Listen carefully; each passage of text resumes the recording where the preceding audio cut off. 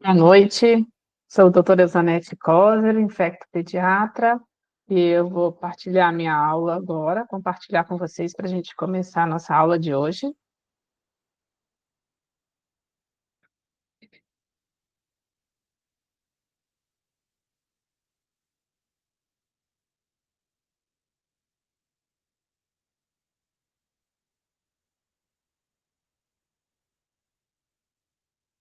Hoje nós vamos falar sobre arboviroses. Eu, então, sou pediatra, infectopediatra em Vitória, Espírito Santo, tenho título de especialista pela SBP, infectopediatria, sou membro do Departamento Científico de Imunização da SBP. Nosso roteiro hoje, nós vamos falar sobre dengue, chikungunya, zika, febre amarela e febre do Oropouche. Então, vamos entrar em detalhes sobre todas essas doenças. Atualmente, existem centenas de arbovírus que podem causar doenças no ser humano. Apresentam sintomatologia semelhante, com achados específicos, sugestivos de cada condição, mas a confirmação mesmo é através dos exames laboratoriais específicos para cada arbovirose. Mas é muito importante o diagnóstico clínico, mas a gente precisa dos exames laboratoriais para confirmação. Tratamento com suporte clínico, intervenção precoce, principalmente nas evoluções desfavoráveis, né? E essas arboviroses podem, inclusive, levar o paciente a estado grave e até a morte. A dengue é a arbovirose mais prevalente no mundo. A gente agora tem uma vacina contra a dengue, eficaz, que nós vamos falar depois na aula de imunização. Geralmente, a infecção sintomática tem vários espectros clínicos, desde quadros oligossintomáticos até quadros graves de dengue grave, com fragilidade, síndrome do choque da dengue, com evolução para óbito. A dengue grave é caracterizada por aumento da permeabilidade vascular, extravasamento plasmático, hemorragias e plaquetopenia. Em janeiro desse ano, nós tivemos um surto de dengue. Em 2006, houve um significativo aumento do número de casos de dengue, com maior destaque para o sorotipo 2 em relação ao 3, o que alterou o cenário epidemiológico e atingiu pacientes mais jovens. Ultimamente, os casos graves de dengue têm acontecido acima de 60 anos e entre os adolescentes. As crianças também, abaixo de 4 anos, também, elas são muito suscetíveis a casos graves de dengue, principalmente os menores de 1 ano de idade. E a transmissão da dengue ocorre pela picada do mosquito fêmea dos genes Aedes aegypti, Aedes albopictus e Aedes polinesiensis. O Aedes aegypti tem maior representatividade dos casos por sua melhor eficácia e adaptabilidade ao meio urbano. O processo de infecção ele é caracterizado pela rápida disseminação viral e pela resposta imunológica com consequente clareamento viral.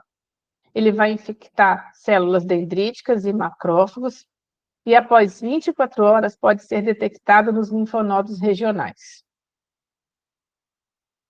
A viremia em humanos ocorre em 3 a 7 dias após a picada, variando de 3 até 14 dias. E os sintomas vão durar 3 a 6 dias, terminando com o desaparecimento da febre. Os órgãos afetados, as células mononucleares do sangue periférico, os macrófagos, monócitos e células B são as mais infectadas, e fígado, baço, medula óssea, estômago, pulmões, rins e possivelmente o cérebro, o que sugere a passagem pela barreira hematocefálica. Então, vários órgãos podem ser acometidos. É muito importante que a carga viral do hospedeiro depende da resposta imunológica inata e adaptativa. O anticorpo é guiado por antígenos sorotipos específicos, mediada por citocinas, como o fator de necrose tumoral, alfa e beta, e interferon gama, além de quimiocinas, como proteína inibidora do macrófago 1B. Após a fase febril, que é a fase da viremia, o paciente pode se recuperar ou avançar para a fase de extravasamento plasmático, que vai levar à dengue grave, antigamente chamado de febre hemorrágica da dengue, ou síndrome do choque tóxico, do choque da dengue. Então, nós temos a infecção primária, que é a imunidade contra esse sorotipo e imunidade transitória aos demais sorotipos. Depois, a infecção secundária, com expansão clonal de células T e alta afinidade pelo sorotipo infectante, e que vai levar à intensa produção de mediadores inflamatórios, citocinas e quimiocinas, principalmente interleucina, interferon gama, com aumento no endotélio vascular, produzindo aumento da permeabilidade vascular, com extravasamento de plasma e diminuição de volume plasmático, principais características da dengue. Então, às vezes as pessoas ficam preocupadas e pensando: eu vou ter um sangramento pela dengue. Não, você vai ter perda de líquido para o terceiro espaço. Então, por isso que o paciente evolui com hipotensão, com sinais de choque. E como é o ciclo da dengue? Não só da dengue, como também das outras doenças que são transmitidas pelo mosquito, né? Os ovos do mosquito da dengue precisam de água parada para se desenvolver. Então, o ovo vai se desenvolver em pneus, em água de plantas, em lixos onde tem acúmulo de água. O ovo, depois de 2 a 3 dias, se transforma em larva. Depois de 5 a 7 dias, ele evolui para pupa.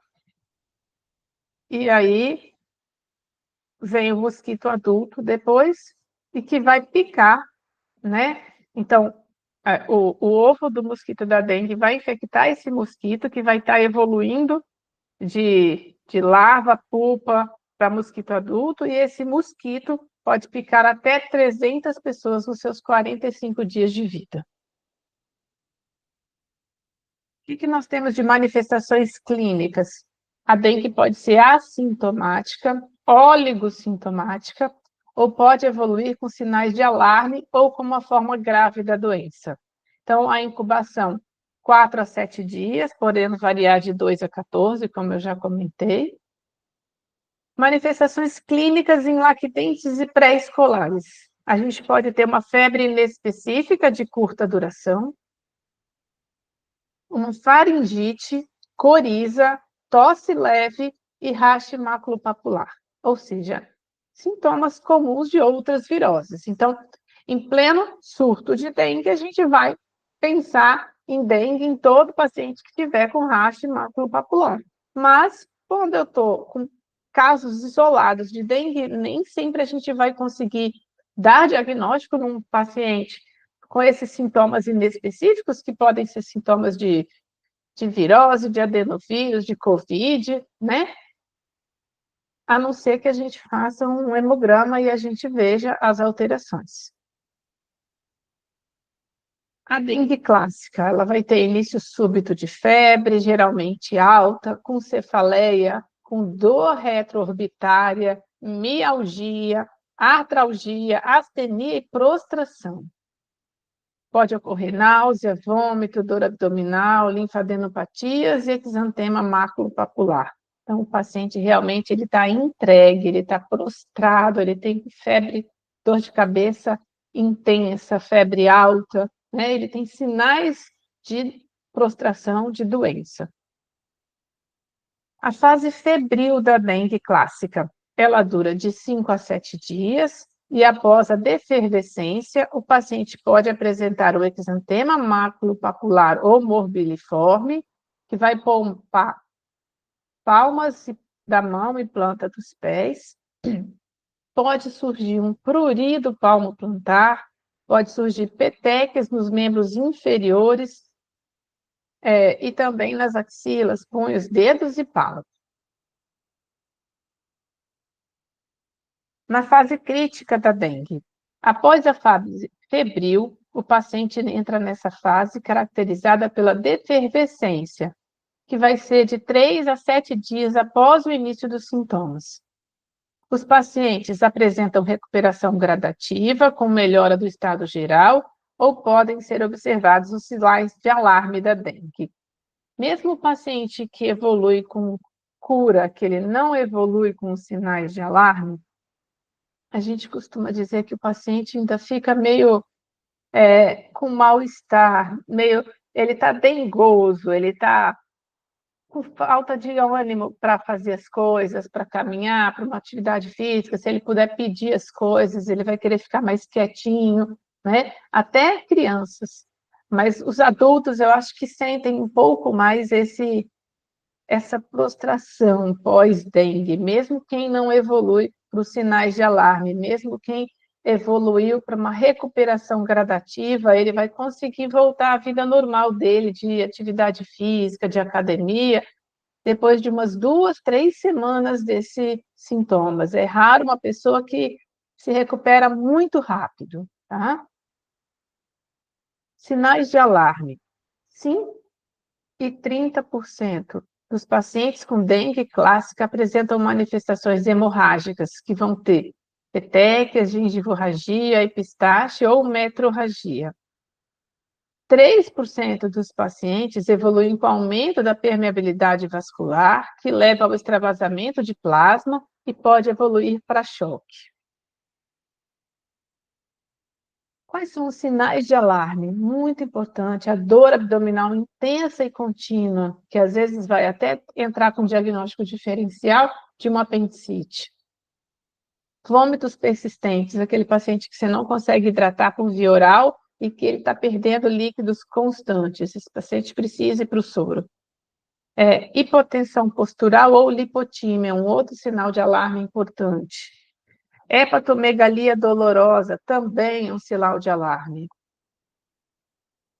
Sangramento de mucosas, que nem sempre vai acontecer, então não espero encontrar sangramento, mas pode acontecer, por exemplo, uma epistaxe, um vômito com raios de sangue.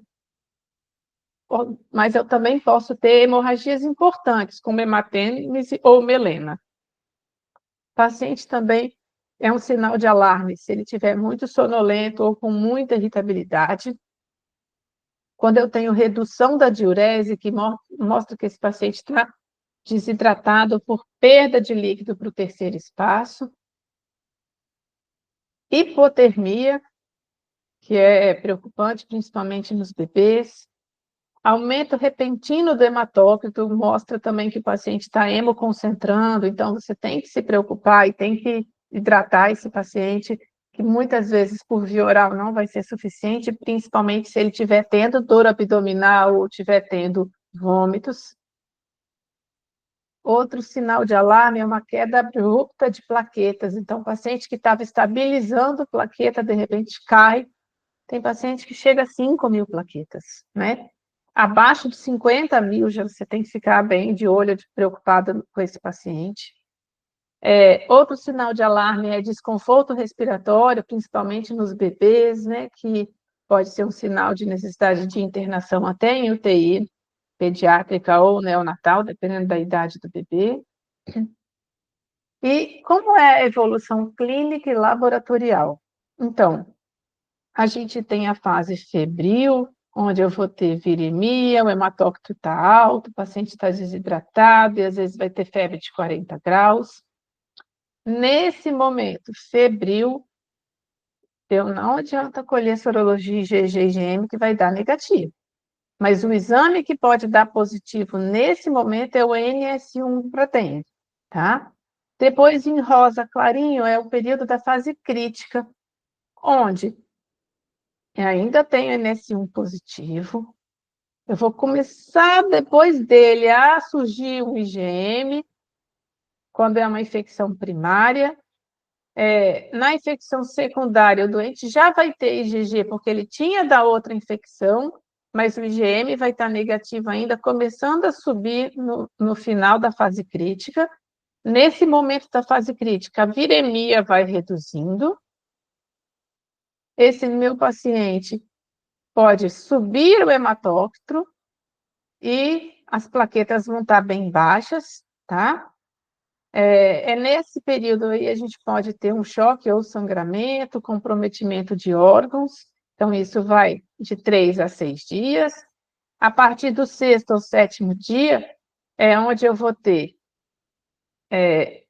surgimento maior do IgM para dar um diagnóstico. Se eu já tive NS1 positivo, eu já tenho o diagnóstico, mas se meu NS1 está negativo, eu tenho que esperar o IgG-IgM para definir se foi dengue ou não, e que esse IgM ele vai manter positivo mais, o pico mais alto, em torno de 30, 40 dias, e em torno, depois de 2 meses, ele já vai negativar, e o GG também ele vai se estabilizar, mas muitas pessoas que já tiveram dengue, nos exames tradicionais do laboratório, ele pode não manter um IgG positivo.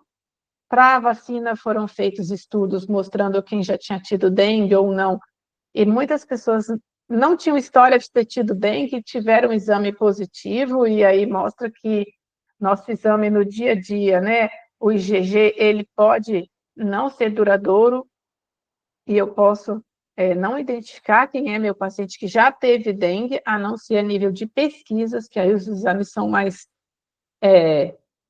específicos, né? E nessa fase aí de recuperação, onde o hematócrito volta a normalizar, e as plaquetas começam a subir. Tá? E a gente vai ter a reabsorção e sobrecargas de fluidos nos pacientes que complicarem.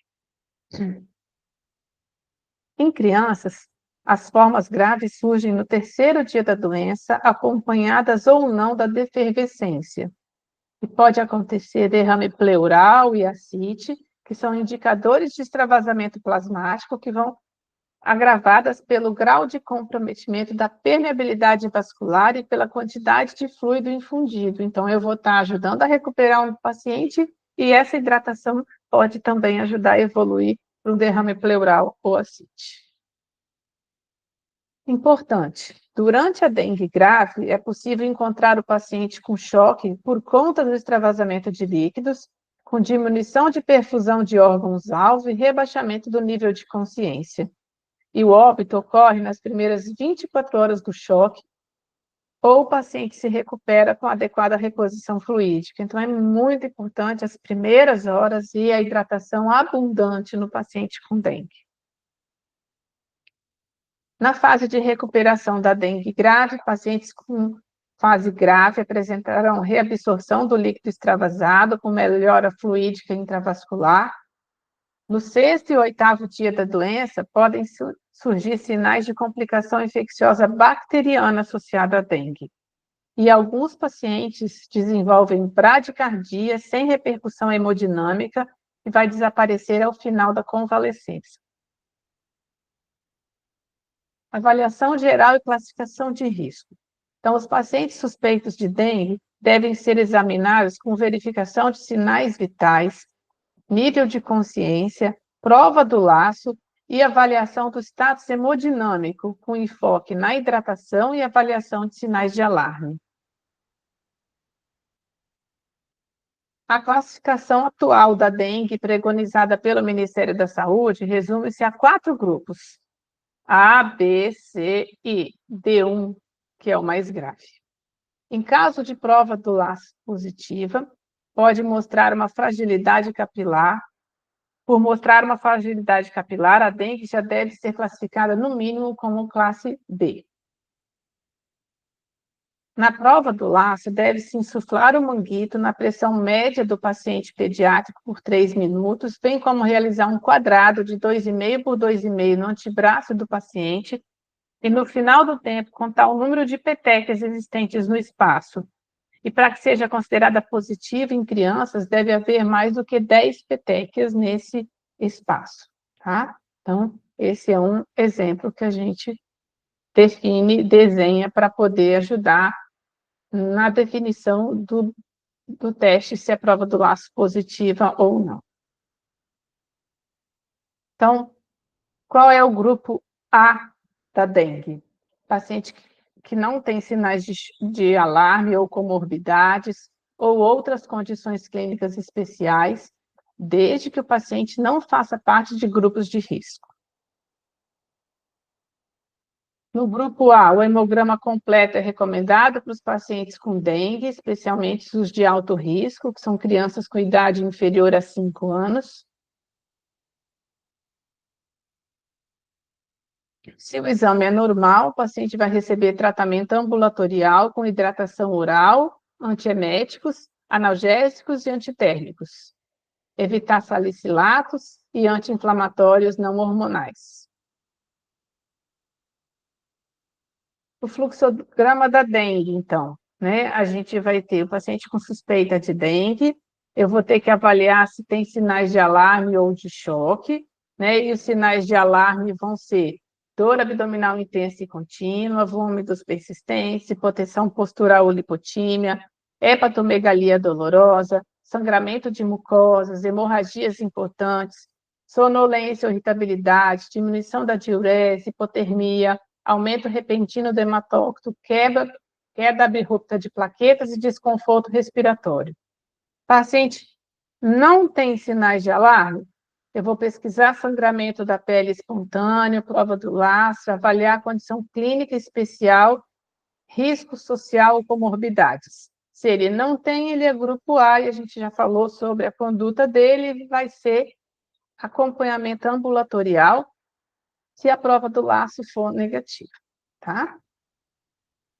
Se esse paciente, eu pesquisei a prova do laço, deu positiva, sim, ele é uma condição clínica especial ou tem comorbidade, ele é classificado como B. Então, com sangramento de pele espontâneo ou induzido, que é a prova do laço, mas condição clínica especial ou risco social ou comorbidades, tem sinais de alarme, eu vou acompanhar meu paciente, manter ele em observação até ver o resultado dos exames.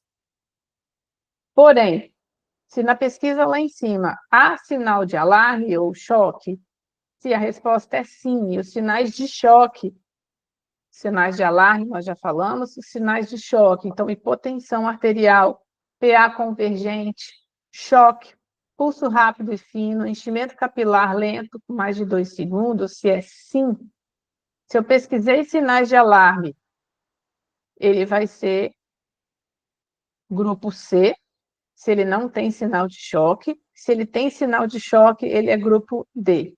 Paciente do grupo C, então, ele tem presença de algum sinal de alarme, tem manifestação hemorrágica presente ou ausente, é a classificação dele, eu vou manter internado por no mínimo 48 horas. Se o meu paciente é do grupo D, ele tem sinal de choque, então, hipotensão, PA convergente, pulso rápido, enchimento capilar lento, e ele tem sinais de alarme, ele é grupo D.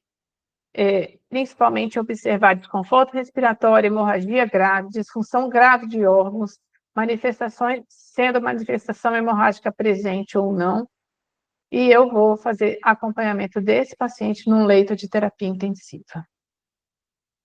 Então, voltando a falar mais do grupo B. O grupo B é aquele paciente, então, que tem condições específicas. Paciente que tem menos de 2 anos de idade, uma gestante, uma doença cardiovascular grave, um diabetes mellitus, ele tem doença pulmonar obstrutiva crônica, ele tem doenças hematológicas crônicas, ele tem doença ácido péptica, ele tem hepatopatia ou doença autoimune. Voltando ao slide anterior, então, se o meu paciente ele tem comorbidade, em vez de ser grupo A, ele vai ser grupo B. E aqui nós estamos falando quais comorbidades vão nos preocupar. Então, o paciente do grupo B, ele deve receber hidratação supervisionada, medicamentos sintomáticos, e quando a plaqueta for menor que 100.000, ou nos casos que o hematócrito tiver maior de 10% do valor de referência para a criança, né? Eu tenho que ficar de olho nesse paciente. Então, Nas crianças, são recomendadas dosagem de albumina sérica, transaminases, exame de urina EAS, urina tipo 1, raio-x de tórax para avaliar se tem derrame pleural, ultrassonografia de abdômen para avaliar se tem ascite, principalmente nos pacientes com dor abdominal. Lembrar, sinal de gravidade da dengue é dor abdominal intensa. Nos pacientes no grupo C e D, eles vão receber hidratação intravenosa junto com os cuidados para crianças em situações graves. Então, nos grupos C e D, eu vou solicitar hemograma completo, tipagem sanguínea, porque eu posso precisar transfundir esse paciente, dosagem sérica de albumina, transaminases, ultrassom de tórax e de abdômen ou radiografia de tórax para avaliar, inclusive, a incidência póstero-anterior em perfil e laurel para avaliar derrame pleural, ou ultrassom também de tórax, né, para avaliar o derrame pleural. E em casos de choque, com ou sem hipotensão, sangramento grave ou disfunção orgânica, o paciente é caracterizado como grupo D. Os pacientes do grupo D devem ser reavaliados continuamente e, se necessário, encaminhados para a unidade de terapia intensiva. Então, alertas para pacientes do grupo C e D. Formas refratárias, onde eu preciso de uma avaliação clínica e laboratorial. Os choques, quando eu uso expansão com albumina. Choques reduzidos, que eu preciso investigar a presença de sangramento, hemorragia e coagulação intravascular disseminada. Manifestação de edema subcutâneo generalizado ou derrame cavitário, que vão aumentar durante a hidratação, que não significa hiperidratação. E acompanhamento com reposição volêmica do hematócrito, acompanhando diurese e sinais vitais. Então, é muito importante estar perto do paciente, porque ele pode chocar de uma hora para outra, ou às vezes ele já está chocado, ele tem dificuldade para se recuperar do choque. Com a melhora do choque, vai ocorrer reabsorção do plasma extravasado, com uma queda adicional do hematócrito, mesmo com suspensão da hidratação parenteral, e pode causar hipervolemia, insuficiência cardíaca ou edema pulmonar, tornando necessários a descontinuação da infusão de líquidos e utilizar diuréticos. Alguns distúrbios metabólicos que podem exigir correção específica são hiponatremia, hipokaliemia, acidose metabólica, distúrbios de coagulação decorrente de plaquetopenia e coagulopatia de consumo.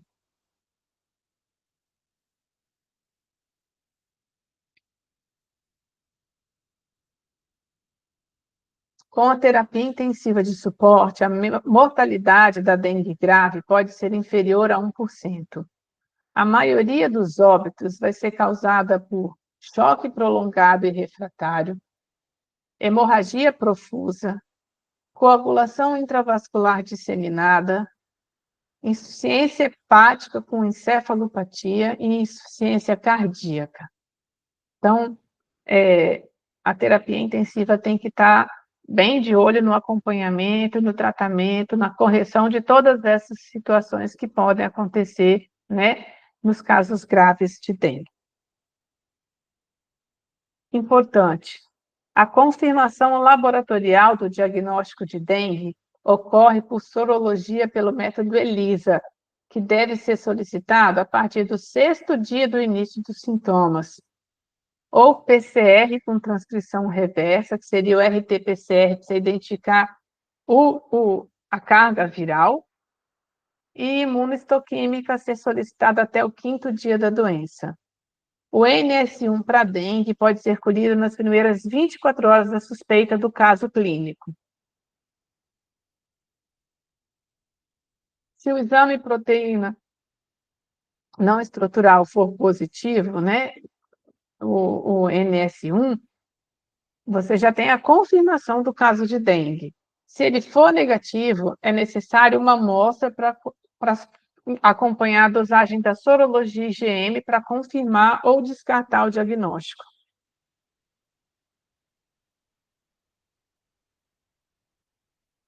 Então, no primeiro dia da doença, eu já posso ter o NS1, que é o chamado teste rápido, e também eu posso identificar por RT-PCR a presença do vírus na corrente sanguínea, tá? Depois do quarto dia em diante, mas principalmente a partir do sexto dia, eu já vou ter IgM e IgG. E a IgG secundária, né, nos casos, segundo caso de dengue, terceiro caso de dengue que o paciente tem, esse IgG já vai estar positivo junto com o IgM, mas se é uma infecção primária, só depois de 7 dias que eu vou ter o aparecimento do IgG. Então, quando eu tenho IgG e IgM junto, pode significar que o paciente já teve dengue previamente, que essa é a segunda dengue. E sabemos que segunda dengue aumenta o risco de dengue hemorrágica, de casos graves C e D da dengue, e a terceira dengue mais ainda. Então, ter tido dengue não te protege de uma próxima dengue. No tratamento, é importante a fluidoterapia nos casos de gravidade, né, onde tem aumento do hematócrito, sinais de extravasamento de líquidos para terceiro espaço, sinais de choque, sinais de hemorragia e fragilidade capilar. É importante o controle dos sintomas com antitérmico, analgésico, suporte clínico. E o suporte para aquele paciente que não está internado, que está dentro de casa, que ele vai precisar de alguém ajudando a cuidar dele, a fornecer alimentação, porque senão ele não vai ter ânimo sozinho para buscar o alimento, para se cuidar, para tomar os remédios. É importante ter alguém cuidando de você, mesmo que você for adulto, quando você tiver dengue, porque você vai estar com uma queda importante do seu estado geral, você precisa de suporte. Então, reforçando aí, né, o que nós já falamos, tratamento da dengue de acordo com a classificação de grupos. No grupo A e B, que eu tenho aumento de hematócrito menor que 10% do basal, eu vou fazer hidratação oral em domicílio. Em crianças, a gente vai fazer uma reposição líquida de acordo com as necessidades básicas, na regra de Holiday, 1/3 de soro oral e 2/3 de outros líquidos, mais a reposição de perdas por vômito, por diarreia, com sais de reidratação oral. Durante as primeiras 4 a 6 horas, deve-se considerar uma oferta de 1/3 do volume diário. Então, no início, é importante que a gente faça uma reposição mais rápida. No adolescente, a gente vai fazer 60 a 80 ml por quilo, sendo 1/3 desse com sais de reidratação oral e 2/3 em líquidos caseiros, água, suco, leite. No grupo B, que eu tiver um aumento de hematócrito maior que 10% do basal ou maior que 38%, eu vou fazer uma terapia oral, reposição de hidratação oral supervisionada, ou eu vou fazer endovenosa.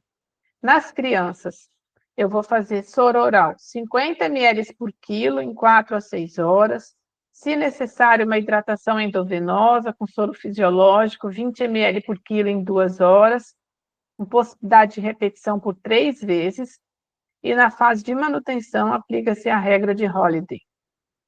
Em adolescentes e adultos, eu vou fazer 80 ml quilo dia, 1/3 com soro oral, 2/3 com líquidos caseiros, 1/3 do volume nas primeiras 4 a 6 horas. E, se necessário, hidratação endovenosa com 1/3 do volume nas primeiras 4 horas na forma de solução isotônica, 1/3 do volume total em 8 horas e 1/3 restante em 12 horas. Lembrar que a fase inicial da dengue, onde o paciente está com mais necessidade de líquido, por isso que a gente já faz uma reposição mais intensa. No grupo C, vai fazer a reposição endovenosa Em crianças, a gente faz uma expansão com soro fisiológico, 20 ml por quilo por hora, com uma repetição de até 3 vezes, e a manutenção é realizada de acordo com as necessidades basais, com a regra de Holiday, com sódio e potássio basais, mais a reposição eletrolítica, se for necessário. No grupo D, também endovenoso, em crianças, a gente vai fazer uma expansão com soro fisiológico ou lactato de Ringer, 20 ml por quilo em 20 minutos em bolos. Vou repetir em até 3 vezes. E a manutenção deve ser realizada de acordo com as necessidades básicas, com a regra de Holiday, com sódio e potássios basais. E, se necessário, fazer infusão de albumina, 0,5 a 1 grama por quilo.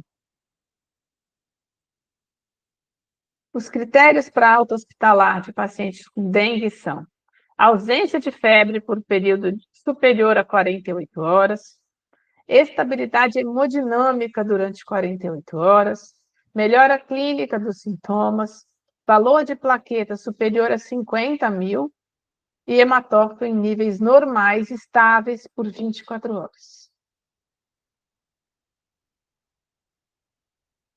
Então, essas são as informações que a gente veio trazendo sobre dengue. A vacina da dengue a gente vai falar na aula de imunização. Chikungunya e Zika. Chikungunya, a palavra quer dizer aqueles que se dobram, né? No Brasil, os primeiros casos autóctones de chikungunya foram registrados em 2014 na Bahia e no Amapá. Em 2016, teve um surto com 277 mil casos prováveis de febre de chikungunya no país. A transmissão é pela picada do mosquito fêmea, do gênero Aedes, infectado pelo vírus, da mesma forma que a transmissão da dengue. Há relatos da transmissão da chikungunya no período perinatal, em que gestantes apresentaram viremia durante o parto e o bebê nasceu com a chikungunya endovenosa, né, congênita, né? Após o nascimento, foram isolados vírus nos recém-nascidos e alguns neonatos evoluíram com diversas complicações, como convulsões, encefalopatias, febre, trombocitopenia, linfopenia, síndromes hemorrágicas, aumento das transaminases e outras alterações cardíacas. Qual a manifestação clínica da chikungunya? Febre, intensa astenia, cefaleia, artralgia, mialgia, raste cutâneo e poliartralgia, com dores articulares crônicas com necessidade de acompanhamento em longo prazo. Tem reumatologista que às vezes precisa acompanhar os pacientes com chikungunya, usar corticoide por mais de 6 meses, 12 meses de poliartralgias na sequência de uma chikungunya. O período de incubação da chikungunya é de 3 a 5 dias, mas pode variar de 1 a 12 dias. Febre maior que 39 graus, e a maioria dos infectados vai ter sintomas clínicos, apresenta alta replicação viral e sintomas mais intensos.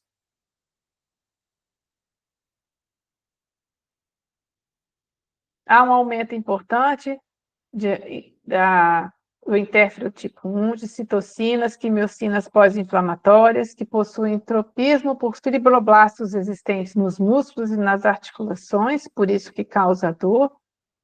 E o término dos sintomas acontece declínio da viremia na primeira semana, quando os níveis de IgM começam a se elevar. Então, é com o término dos sintomas que a gente vai conseguir confirmar o diagnóstico, mas lembrar que tem paciente que vai ter sintoma prolongado, com dor intensa, às vezes incapacitante durante meses. A chikungunya, ela pode ser dividida em 3 fases. A fase aguda, que é durante o período de incubação até o 10º dia. A fase subaguda, que é a presença de artralgia, e vai durar até 3 meses do início dos sintomas. E a fase crônica, naqueles pacientes que evoluem com sintomas crônicos, seria a persistência da sintomatologia após o terceiro mês da chikungunya. A poliartralgia pode ser bilateral, simétrica, com acometimento de grandes articulações. 90% dos pacientes na fase aguda da chikungunya podem ter isso. E também edema da articulação associado a tenossinovite.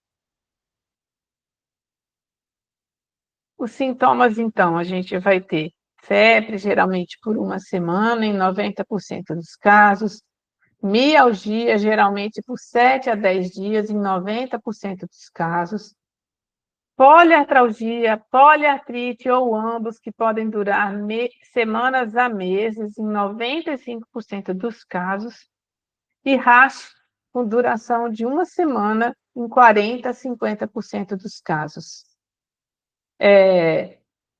Eu tenho, então, a incubação de 2 a 6 dias, e a duração da evolução pode ser aproximadamente de uma semana, mas pode ser de semanas a meses e pode ser de anos, os sintomas tardios, né? O que a gente tem de biomarcadores? Eu posso ter a viremia, com duração de 5 a 7 dias, onde a gente iria detectar a presença do vírus pelo RT-PCR, o IgM positivo, que vai positivar de 3 a 8 dias do início dos sintomas e pode persistir 1 a 3 meses. E o GG positivo, que vai surgir de 4 a 10 dias do início dos sintomas e vai persistir por anos. O diagnóstico é clínico, com quadro febril, artralgia, rash cutâneo, em áreas endêmicas da doença ou em áreas onde tem a epidemia, é altamente preditivo da infecção pelo chikungunya. O diagnóstico definitivo é pelo RT-PCR na primeira semana, que é a fase aguda da doença, e a pesquisa de anticorpos específicos, ELISA, que vai ser depois dos 6 dias de doença. Então, os testes sorológicos é a identificação de anticorpos específicos do tipo IgM e IgG para chikungunya, e podem apresentar reação cruzada com outros membros do complexo antigênico, entre eles o vírus maiaro. Então, pode ter reação cruzada, e diagnóstico definitivo seria a presença do vírus, né, o RT-PCR, específico para chikungunya. Avaliação de risco. Não existe tratamento antiviral específico para a infecção do chikungunya e é necessário controle rigoroso da dor nas articulações, pois o tratamento inadequado é uma das principais causas da sua cronificação. Os grupos de maior risco para pior evolução da doença da chikungunya são formados por gestantes, pacientes maiores de 65 anos, crianças menores de 2 anos de idade, exceto recém-nascidos, e pacientes com comorbidade. Os sinais de gravidade da doença chikungunya e os critérios para internação vão ser pacientes que tiverem acometimento neurológico, pacientes que tiverem sinais de choque, como extremidades frias, cianose, tontura, hipotensão, enchimento capilar lento ou instabilidade hemodinâmica, dispneia, dor torácica, vômitos persistentes, descompensação da doença de base e sangramento de mucosas.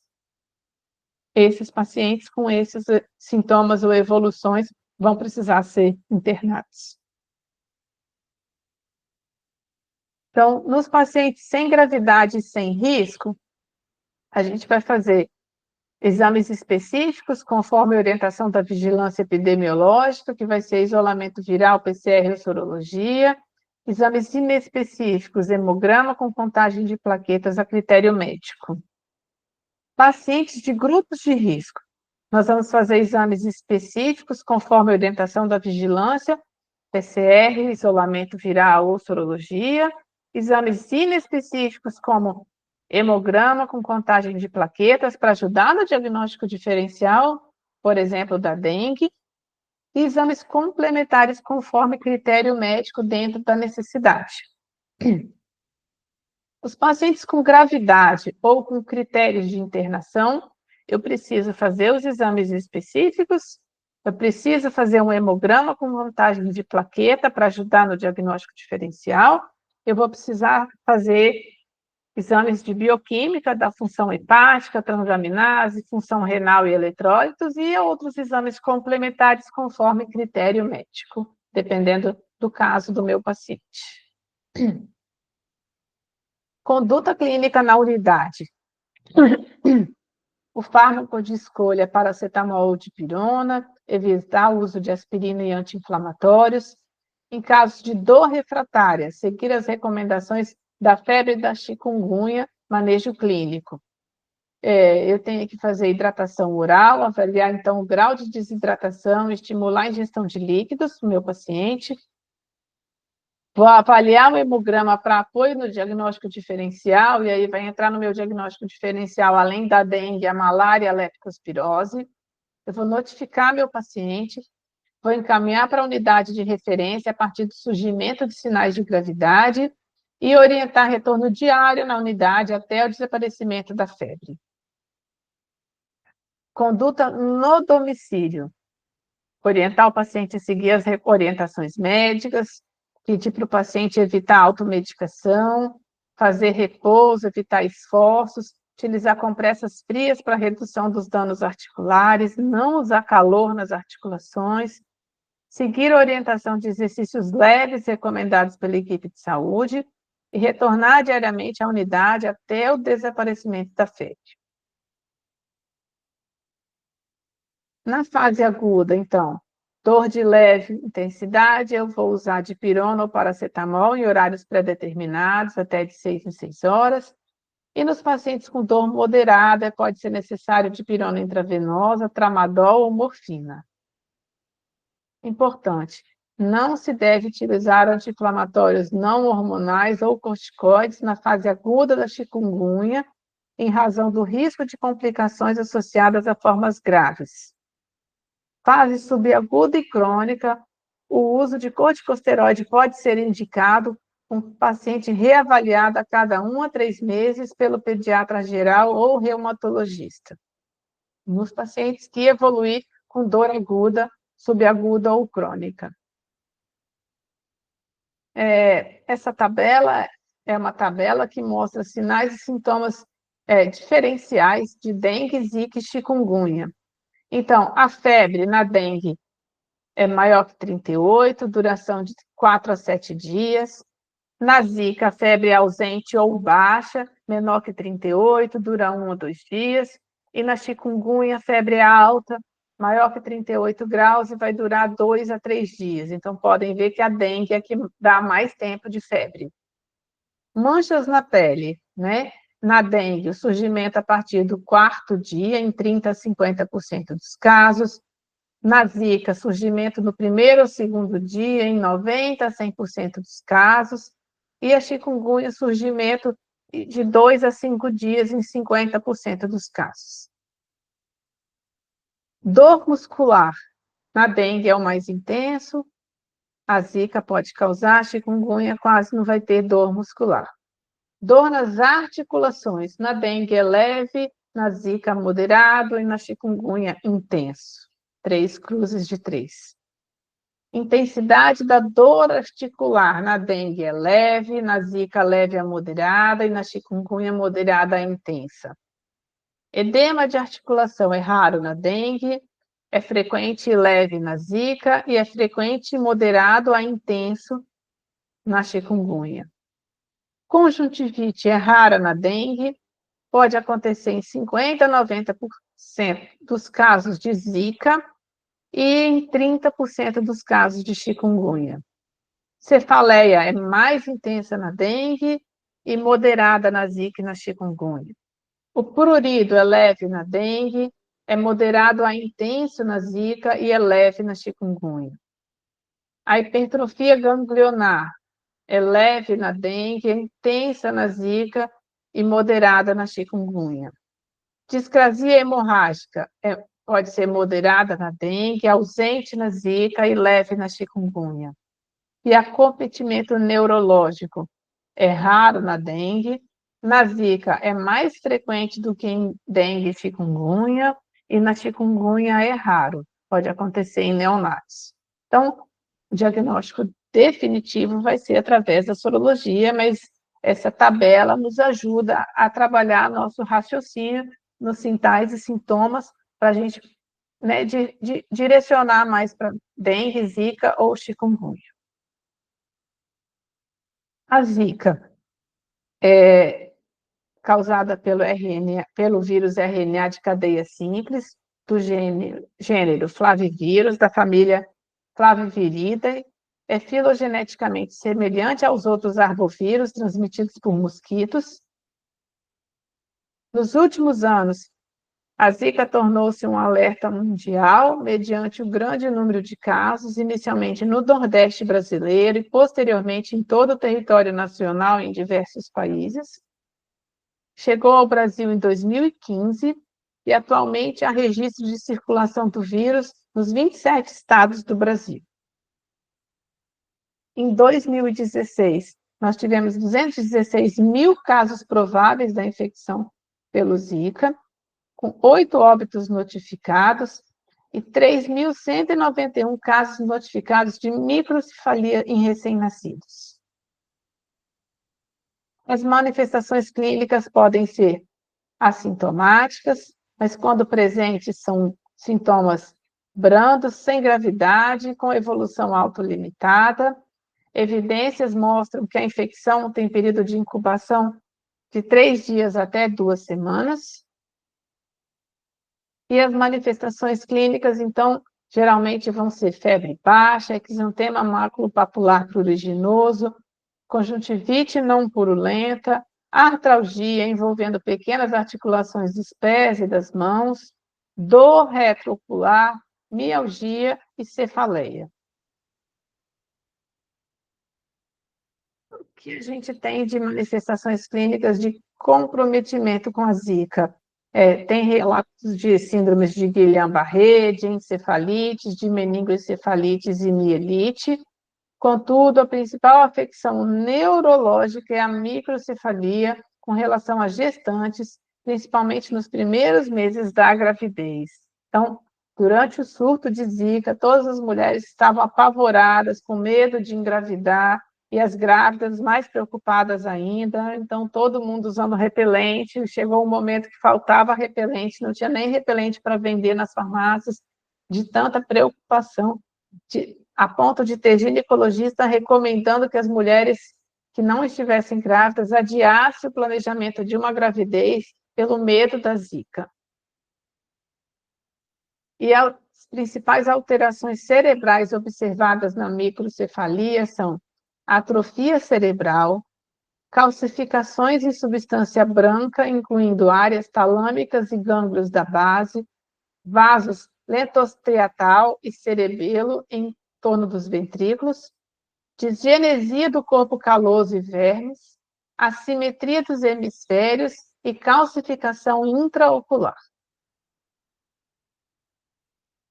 Testes laboratoriais para todos os pacientes com sintomas compatíveis com infecção por Zika durante viagem à região onde a Zika já foi reportada ou até 2 semanas após o retorno do local. Então, hoje, detectado em vários estados, né? O diagnóstico. Então, até o momento, não há exames sorológicos comerciais disponíveis para a detecção da infecção por Zika.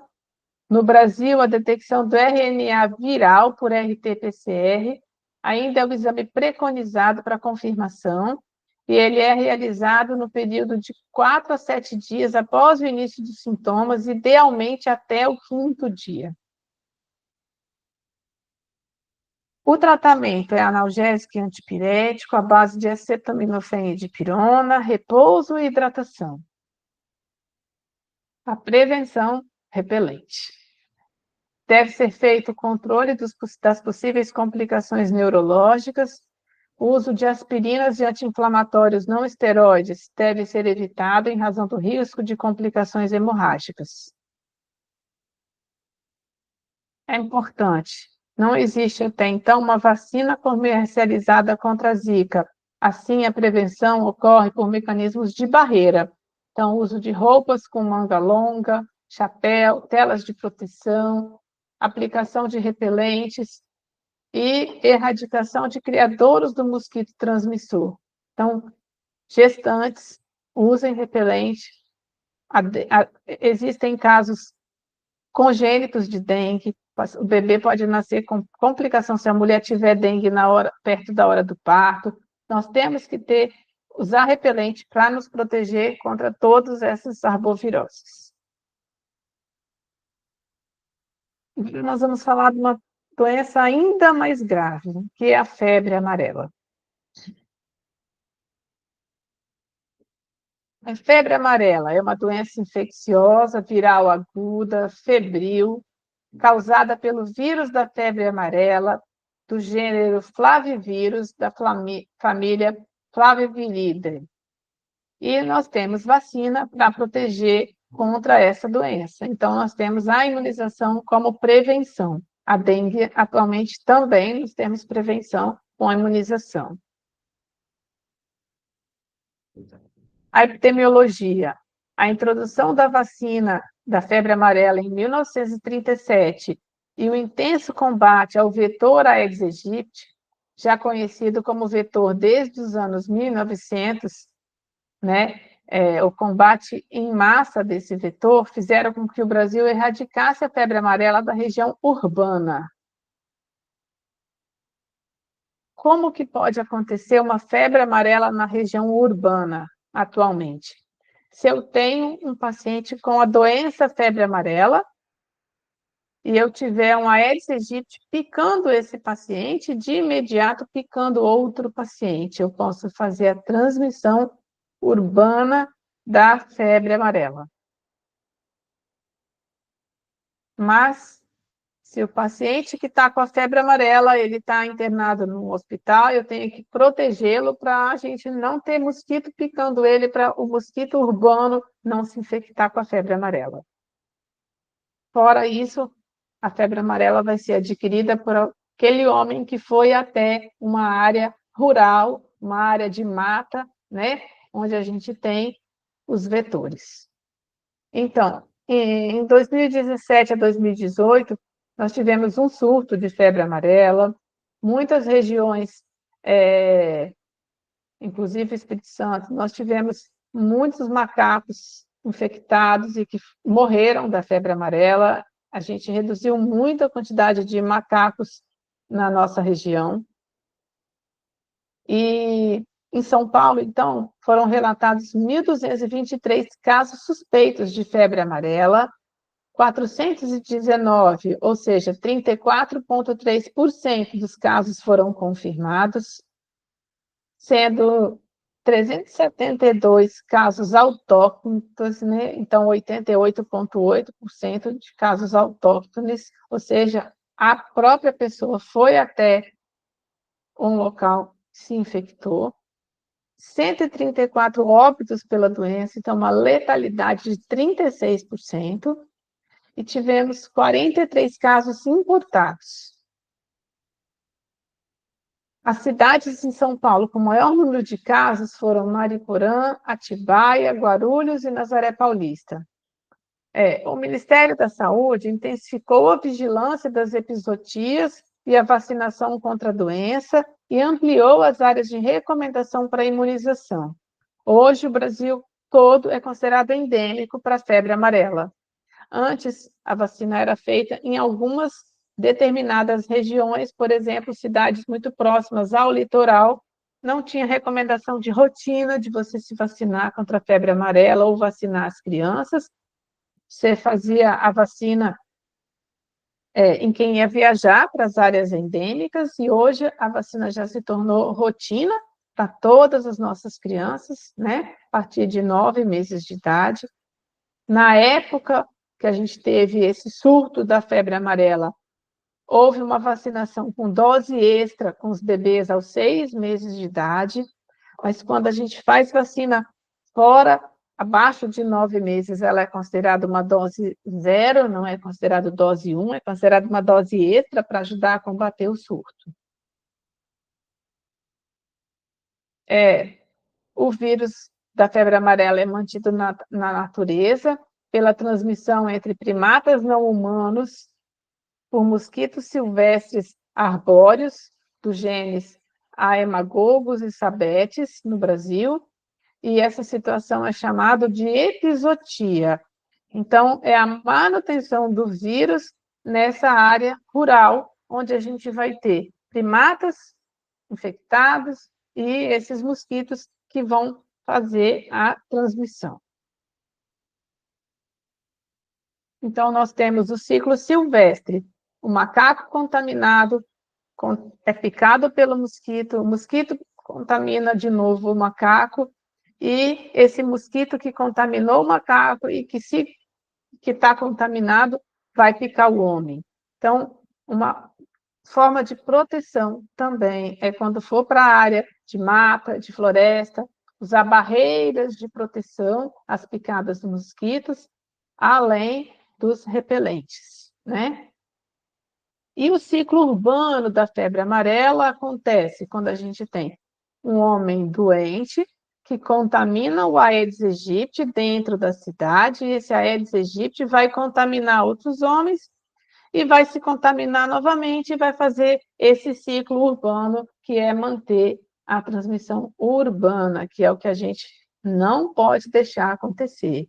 A gente não tem como eliminar a epizootia que acontece no ciclo silvestre, mas o homem que vai até a região das matas infectadas, ele pode estar protegido pela vacina e pode estar protegido também usando roupas e repelentes. O ser humano, então, ao adentrar a mata, se infectado com a picada do mosquito silvestre contaminado, desenvolve a febre amarela silvestre.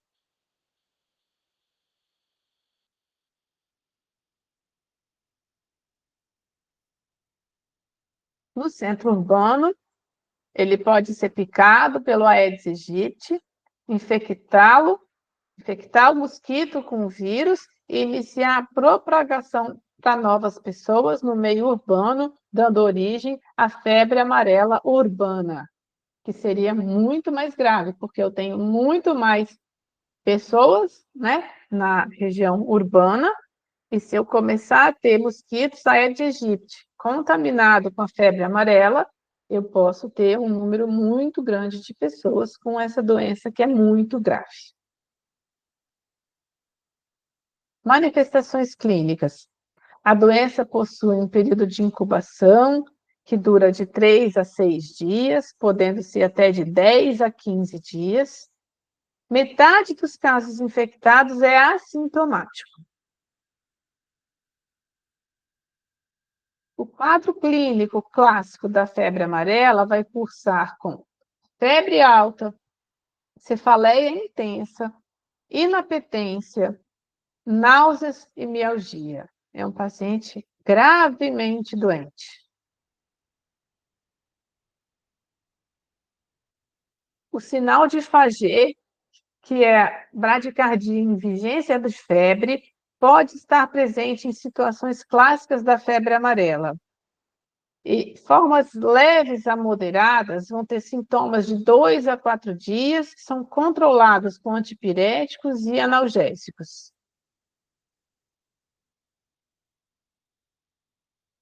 Alterações laboratoriais que podem surgir na febre amarela.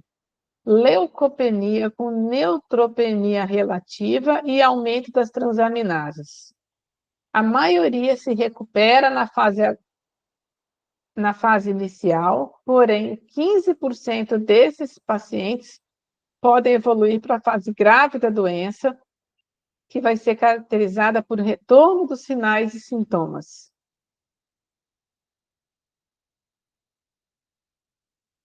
Quais são esses sinais e sintomas que podem retornar e significar doença grave?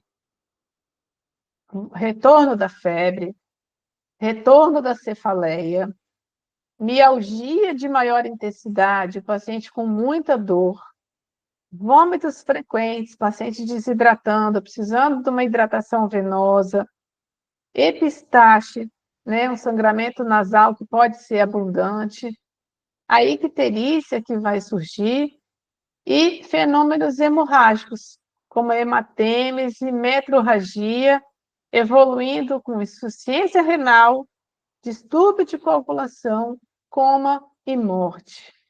Paciente com febre amarela, ele pode ter um aumento muito grande de transaminase, né? Evoluindo para uma insuficiência hepática. Alguns autores preferem dividir as fases da infecção da febre amarela as fases da doença febre amarela em fase de infecção, de remissão e fase tóxica. As taxas de letalidade nos pacientes que evoluem para a fase tóxica são de 20% a 50%. Então, essa é a gravidade da doença febre amarela. De todas as doenças que a gente falou hoje, a febre amarela é a que tem maior gravidade. Em termos de manifestações clínicas, o que pode apresentar sinais, sugerir sinais de mau prognóstico para a febre amarela? Paciente com anúria, paciente que evolui com choque, paciente que desenvolver hipotermia, paciente que apresentar convulsão, distúrbios metabólicos, agitação, irregularidade respiratória e coma. Então, essa tabelinha, ela ajuda a trabalhar um raciocínio. De forma leve a moderada, o paciente vai ter de sinais e sintomas febre, cefaleia, mialgia, náuseas, a icterícia é ausente ou leve. E o que a gente vai ter de exames laboratoriais alterados nesses pacientes? Plaquetopenia, elevação moderada das transaminases, bilirrubinas normais ou discretamente aumentadas, com predomínio de bilirrubina direta, que é naquele paciente que você vai ter uma icterícia leve. Os pacientes na forma grave, sinais e sintomas que eles vão ter também febre, cefaleia, mialgia, náuseas, a icterícia já é mais intensa, o paciente pode ter manifestações hemorrágicas, pode evoluir para oligúria, diminuição do nível de consciência, então é um paciente que vai estar internado, né?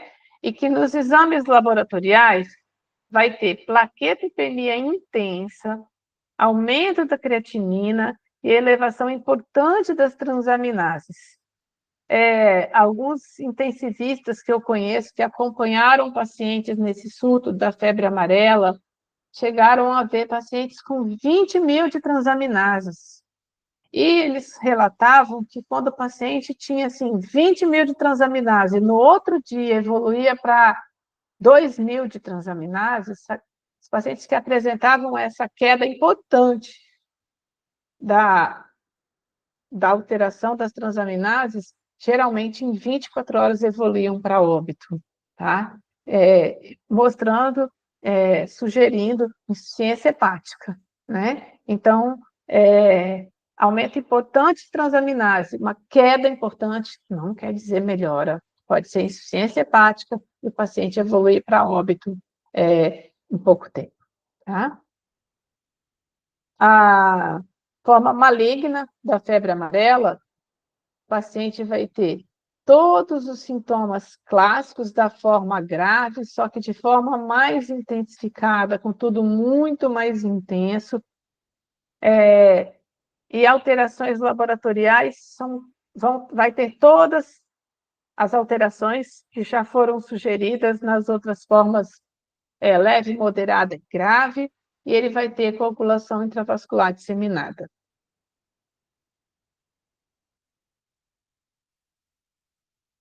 No diagnóstico, então, o paciente apresenta sintomas típicos, ele, na época de surto, ele estando em área de risco, que esteja afetado pela febre amarela, em ambientes rurais ou silvestres, e se estiver até com 7 dias do quadro febril aguda, com febre aferida ou relatada, associada a 2 ou mais dos sinais e sintomas, esse paciente vai ser paciente suspeito da febre amarela, tá? Então, ele vai ter os sinais e sintomas e vai estar numa área de risco, uma área afetada pela febre amarela. Não posso deixar de pensar em febre amarela. O que a gente tem de testes diagnósticos para a febre amarela? Nós temos a sorologia, né? Que a gente vai coletar o sangue sem anticoagulante a partir do 6º dia após o início dos sintomas. A gente vai separar pelo menos 1 ml do soro para sorologia. Vai ser armazenado num freezer a menos 20 graus, utilizando um tubo plástico estéril com tampa de rosca identificado. A gente tem que colocar a amostra em saco plástico individualizado dentro de outro saco plástico, transportar em caixa de transporte de amostra biológica e enviar junto a ficha preenchida com caso suspeito, com todos os dados clínicos do paciente. O isolamento viral, ele pode ser feito em sangue ou soro, em vísceras. Então, o sangue ou soro, eu vou coletar o sangue sem anticoagulante entre 1 e 7 dias após o início dos sintomas. Vou separar 1 ml para fazer a sorologia e 1 ml para isolamento viral.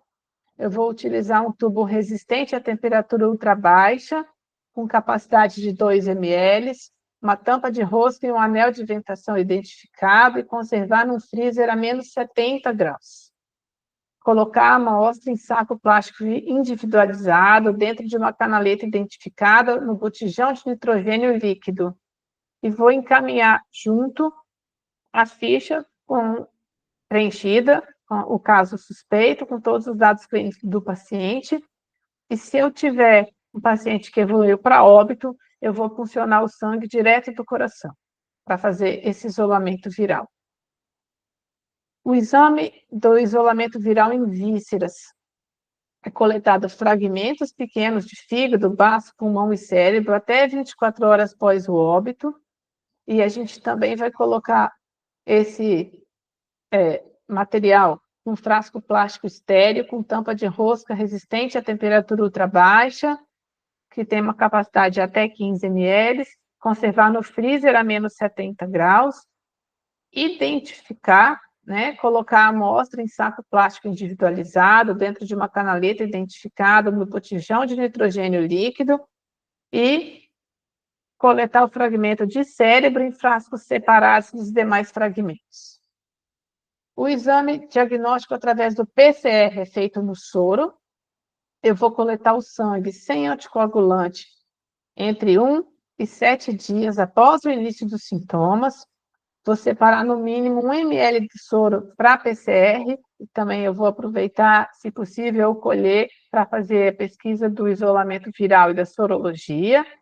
Esse material, esse soro colhido para PCR, ele vai ser colocado num tubo resistente à temperatura ultrabaixa, com a capacidade de 2 ml, com tampa de rosca e anel de ventação, conservado também a menos 70 graus.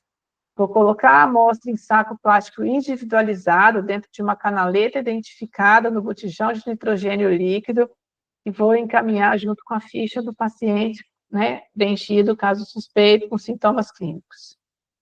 E a outra opção é exame histopatológico ou imunohistoquímico, que é feito nas vísceras, no paciente que foi a óbito, cujos fragmentos foram coletados de fígado, baço, pulmão, rim, coração e cérebro até 24 horas após o óbito, e vou colocar esse material no formol tamponado e vou transportar também numa amostra biológica, sem gelo, e vou encaminhar junto com os dados do paciente a ficha preenchida, né? E vou usar uma formalina tamponada a 10%, com volume 10 vezes maior que o volume dos fragmentos. Então, nós precisamos, sim, dar diagnóstico da febre amarela, através da sorologia, isolamento viral, PCR ou imunistoquímica histopatológico. Não existe uma terapia antiviral específica para tratamento da febre amarela. Também não é indicado o uso de anti-inflamatórios e os medicamentos são sintomáticos: analgésico, antipirético, hidratação, repouso e acompanhamento rigoroso de possíveis complicações.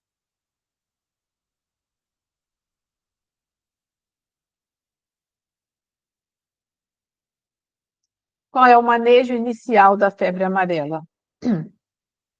Então, eu vou considerar a queixa atual e a duração da história do meu paciente, identificar sinais de gravidade, de sangramentos, alteração em diurese. Eu tenho que avaliar a história pregressa, investigar se ele é vacinado para a febre amarela, se ele passou por áreas de risco, então fazer uma história epidemiológica desse meu paciente.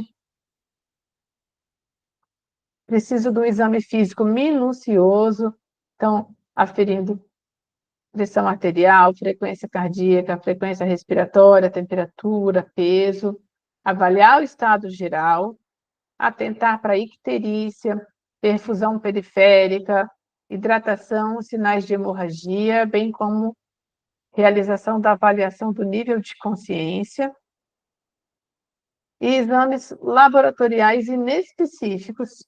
Eu vou pedir hemograma, transaminase, né, TGO e TGP, bilirrubinas, ureia, creatinina, prova de coagulação, proteinúria urinária. Posso incluir também gama-GT e fosfatase alcalina, junto dessas avaliações das transaminases. E, mesmo se o paciente está anictérico, é importante a gente escolher a bilirrubina. É uma doença de notificação compulsória. O acompanhamento ambulatorial do paciente com febre amarela vai ser indicado para as formas clínicas leves e moderadas. Num paciente que esteja com regular estado geral, hidratado, sem vômitos, sem sinais de sangramento e com nível de consciência mantido. Então, o paciente tem que estar bem, tem que estar sendo acompanhado regularmente. Exames laboratoriais normais ou discretamente alterados, então seria uma leucopenia, uma plaquetopenia superior a 150.000, uma hemoconcentração inferior a 10% do valor de referência, transamidases inferiores a 2 vezes ao limite superior da normalidade, bilirrubina inferior 1,5 vezes ao limite superior da normalidade, sem proteinúria e com provas de coagulação normais. Esse é o meu paciente que tem acompanhamento ambulatorial. Então, forma leve a moderada, estado geral regular e com exames com essas pequenas alterações. Eu tenho que ter certeza que meu paciente tem possibilidade de retornar precoce, que tem pessoas que moram junto com ele no mesmo domicílio, que vão poder observar qualquer piora do quadro clínico atual, que no surto de febre amarela que nós tivemos, foram encontradas pessoas mortas dentro de casa, morando sozinha, que não tiveram atendimento a tempo de serem levadas para o hospital. Então, é muito importante isso, né? O paciente que está morando sozinha, eu preciso ter alguém que cuida dele, eu preciso levar ele para o hospital. Por quê? Porque ele pode piorar com gravidade de um dia para o outro.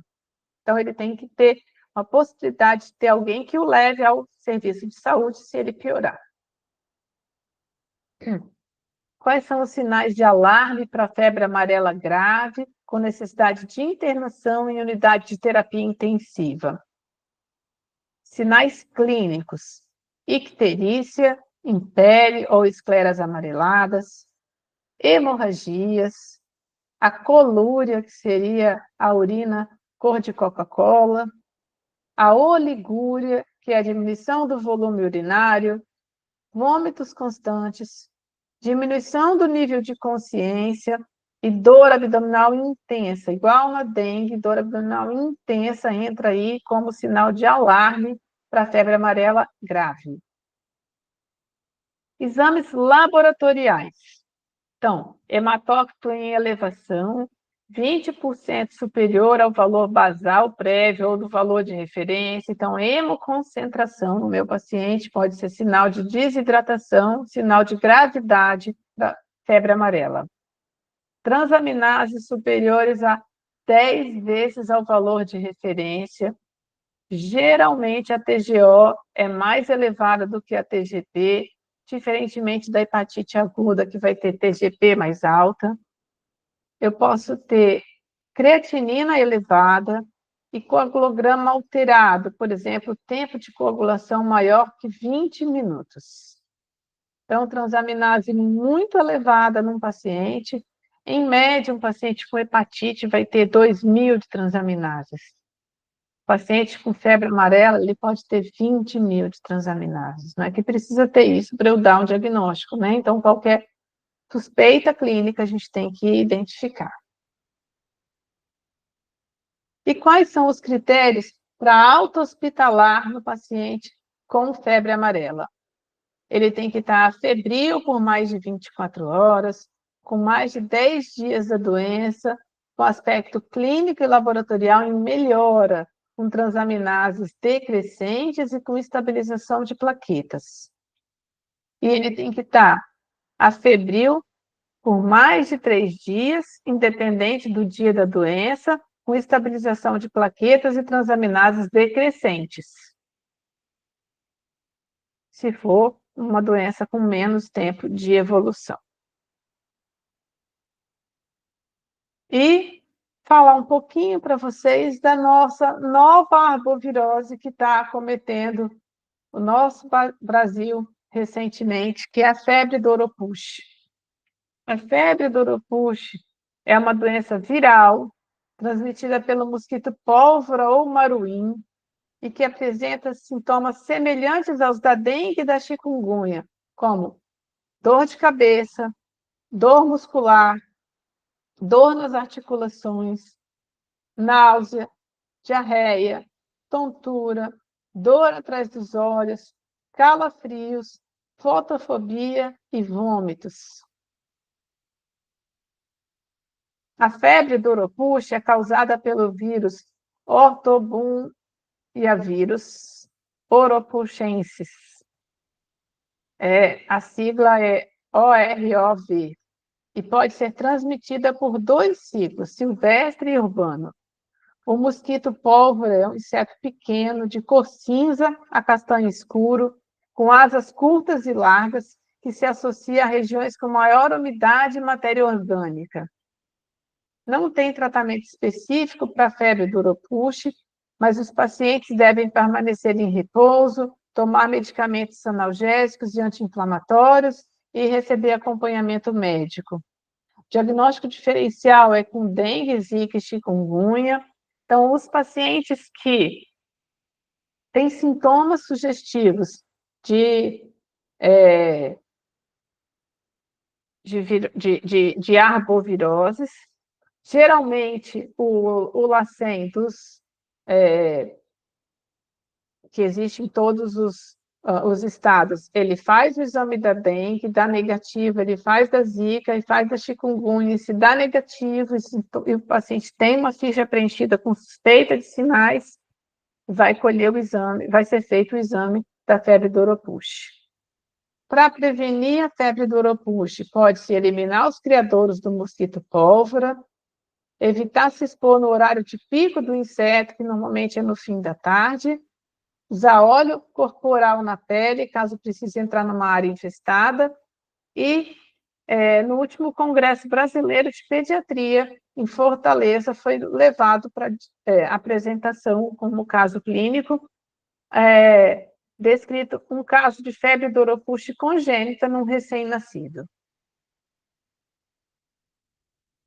Então, a orientação médica que os pacientes que recebem alta de qualquer uma dessas infecções, dengue, zika, chikungunya, febre amarela, eles são orientados a procurar imediatamente o serviço de saúde para uma nova avaliação clínica e laboratorial, caso os sintomas retornem. Então, é muito importante saber que alguma dessas doenças podem causar uma gravidade a mais, e o sinal de gravidade pode surgir, às vezes, quando o paciente estava começando a melhorar e teve retorno dos sintomas. Então, é muito importante orientar o paciente.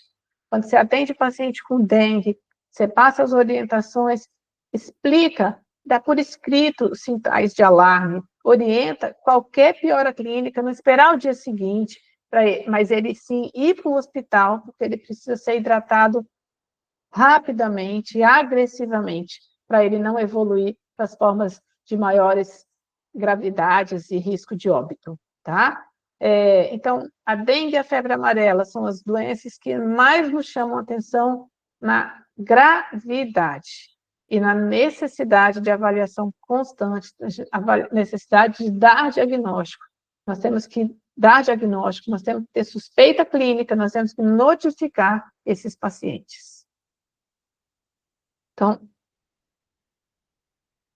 eu agradeço vocês por estarem aqui e posso responder dúvidas que podem ser mandadas para o MaisMed, podem ser mandadas para o meu Instagram, e eu fico à disposição. Obrigada.